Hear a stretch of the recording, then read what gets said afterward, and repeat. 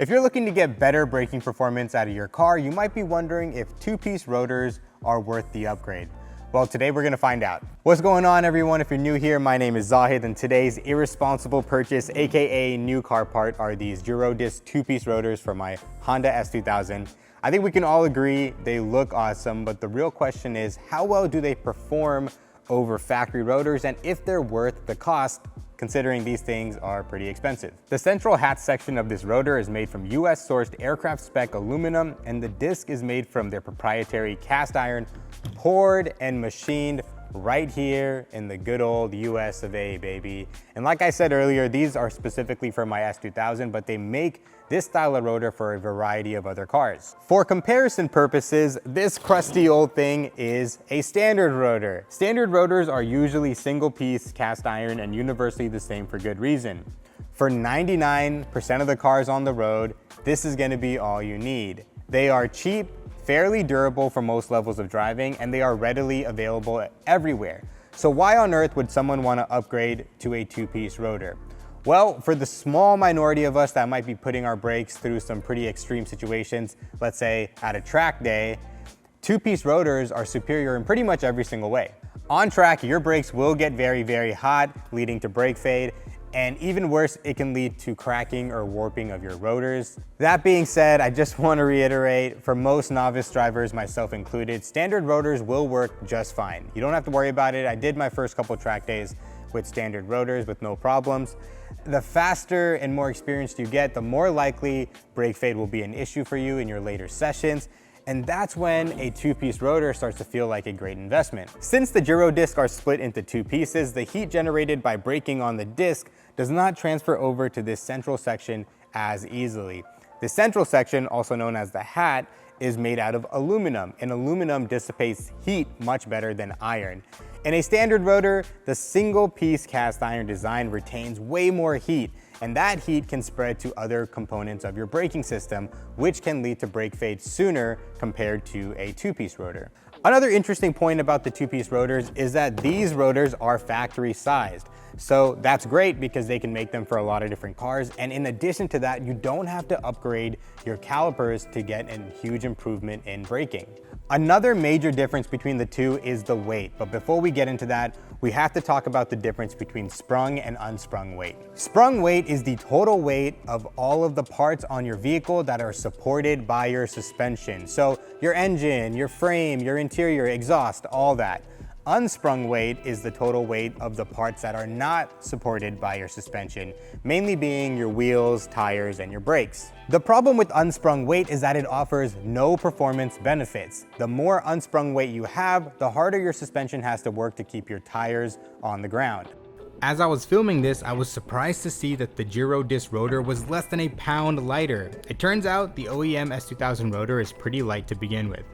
I realized that the larger the factory size rotor, the more weight savings you'd have by going with something like Girodisc. For example, the C8 Corvette shown here would save almost 4 pounds per rotor compared to my 0.8 pounds. Regardless, a reduction of almost 2 pounds of unsprung weight is still an improvement, and I'll take it. Okay, so before I can install them, I have to assemble them. If you bought a chassis-specific set of these from Girodisc or any other authorized reseller, your rotors would come fully assembled. I purchased my rotors from a friend and the hats from Girodisc directly, and that means that I have to put them together. The rotors have to be mounted to the hats using 10 alloy steel drive pins. These pins take the load from the braking actions while maintaining a float between the hat and the disc. In order to keep the rotors from making noise when cold, the pins are mounted with anti-noise spring washers on the rotor side, which allows them to grow with heat expansion. Before we torque these down to 60 inch-pounds or 7 Newton meters, we're gonna apply a small amount of red Loctite to the threads. I know that sounds like overkill, but it's what Girodisc recommends. It's important not to over tighten these pins, and to get these properly torqued, you're gonna wanna use a 1/4 drive torque screwdriver or a wrench. The pins have 2 different types of washers, and you're gonna alternate each one until all 10 are mounted. Once assembled, swapping out these are as simple as taking your old rotors off, and popping these in.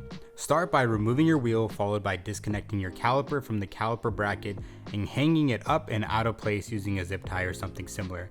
In come the Girodisc, and keep in mind these rotors are OEM direct replacements and will work with your OEM calipers. You may have noticed I'm running spoon calipers, but don't be fooled, they are essentially OEM sized, just a bit fancier looking. Something I found very interesting about the Girodisc rotors is that the internal vents are curved and designed to pull air through the hub and out of the outer section of the disc. The guys over at Girodisc told me if you pair this setup with a properly positioned brake duct, it sort of creates a ram air effect to cool down the rotors even better. Side note, don't be an idiot like me and remember to clean off your wheel hub before mounting the new rotors. With the new rotors in place, all that's left to do is to reattach your caliper to the bracket, torque everything down to spec, and lastly, be sure to follow their recommended bedding procedure. The only way to really test how well these dissipate heat is to take the car on track, and unfortunately, I just don't have time for a track day right now. But I do have the next best thing. My buddy Jason with DIY Guys YouTube channel did a great video on the Urge 2-piece rear rotors, which by the way are also made by Girodisc. He saw a reduction of almost 200 degrees when compared to the OEM style rotors on track.